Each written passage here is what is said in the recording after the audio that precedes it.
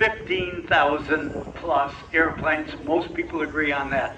And by the way, that was the second highest production rate of an airplane in World And they're War talking II, about the only T6 exceeded by Texan. the B-24 bomber. So the books say. Don't come to me and say you were wrong, Clisher, because that's what I do my research.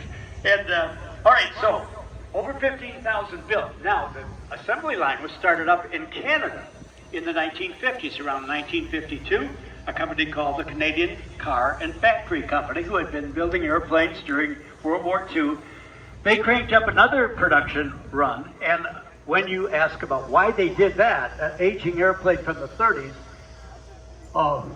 reassembled in the 50s, that was for the United Nations, nations around the world.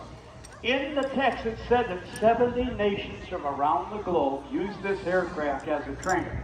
Some of the Central American companies could not afford both a trainer and a fighter, so it could be armed when necessary with bombs and rockets and guns, and used both as a light attack aircraft during a skirmish, a border skirmish with a Central American country, or going back to the training environment. Now, what about longevity? Well, the aircraft was in use for a long time. The last military in the world to use the T-6 SNJ Harper was the South African Air Force. They only discontinued the airplane in service in 1996. Think about that. What a great airplane, being able to be utilized as a trainer for all those years. That was really important during the those airplanes were sold Angolan War. to some airshow pilots and general aviation pilots in very South Africa. They formed a formation team called the Exxon Flying Tigers.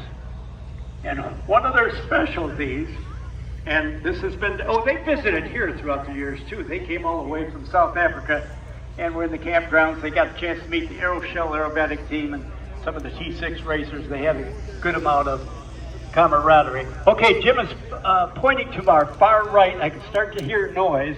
Now, as they come in, eyes and cameras on the team once again. And if the visibility is correct and they're able to stick with the script, this will be an exquisite. Oh, they've got it. I can see them now, too. Smoke is on. Diamonds in trail. Folks, you gotta love these dedicated pilots. Give them a big round of applause. They cannot hear you, but look what they've done. Without compromising safety, they're entertaining us.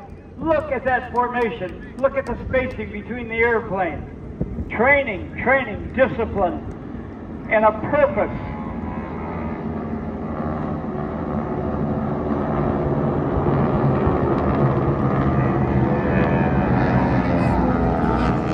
And that great noise. When you look at the distance from the wingman behind the leader, the spacing, look at that spacing. That is so hard to do, the discipline of formation flying. It's one thing to do it straight and level. Now see, they're going to start that turn. That's where the outside guy has to go faster than the inside guy in the turn, and adjustments have to be made. The leader always has to think about the lag of his pilots behind him. So there's always a little bit of a hesitation before you start a gentle turn. Hey, there's our eyes in the sky, Jim. See them up there just to the right of the formation? Keep it an eye, that's the eagle eye is what it is. Now, the other thing when they came by, the airplanes were so great that when the Korean War cranked up, the military went out and bought a number of these aircraft from civilians. They put them back into use in Korea. Now, what they did, they had marking rockets underneath the wing. Lancet In 320. Korea, they called them mosquitoes. And here's the reason why. When a number of them came by, they had that sound like a mosquito. Like a mosquito gets in your ear and you want to slap your ear. That's what the noise in that high-pitched rock. The sound tips are actually going into supersonic flight. So that's how they got the name mosquito in the Korean War. And they were deadly. They would find an enemy ground position, a gun position. They'd mark it for the fast movers. The fast movers could be World War II piston-powered propeller-driven fighters, or they could be some of the brand new things called jet fighters, Jim. Oh my gosh. That's never going to work. Yes, well, it's never going to work. But they did, and we did. Carbon series. All right, now that you know you got to make a And this is big an RV. sweeping turn, and that's what's called a parade pass. Okay, it's going to be an option for them, just to let us know based on their. That's a tiger. No, maybe a cheetah on the right. Let's see, let's From go back to, Grumman. the South African Air Force. The airplanes went To surface. Jabiru to the Some left. of the airshow pilots got together and formed a formation team, and they were sponsored by an oil company. So pretty fast planes. Are what they were called. Here's one of the things they did. They had 4 harbors because they were South African. They would lower the gear, lower the flaps, go out to an inland lake, and hydroplane. They'd water ski with their wheels on the water in formation. Hey, that's dangerous. Well, not if you know the numbers. You got to have a certain speed. You don't want the wheels to sink.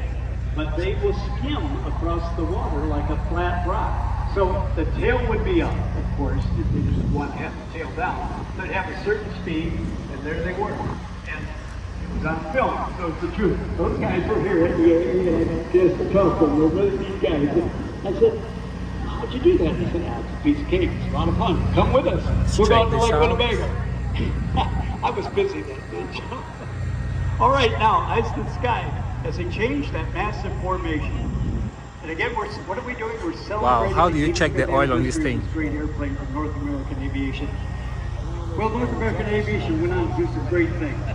They were the manufacturer of the P-51 Mustang. Senate Subcommittee of 1944 said it was the most perfectly aerodynamic pursuit airplane in existence. Now, you may not agree with that based on World War II piston-powered propeller-driven fighters, but that's This is very what the basic. experts said. P-51 could do a lot of things from ground level up to 39,000 feet.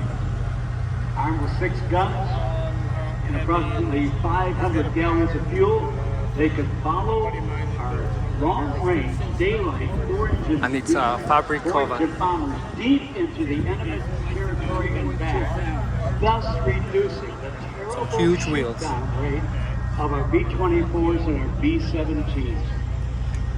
And every time the enemy was able to take one of our 4-engine bombers out of the sky, that could mean that 10 young men from America might never be heard from again.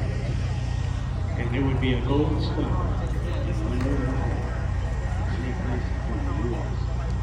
Here come the B-51s, walking the B-47, Escalade airplane, walking the Lockheed Lightning, and chased the enemy away. Gave our pilots a chance to get back home. And we'll take a little break here. Then we check out this little miniature bomber.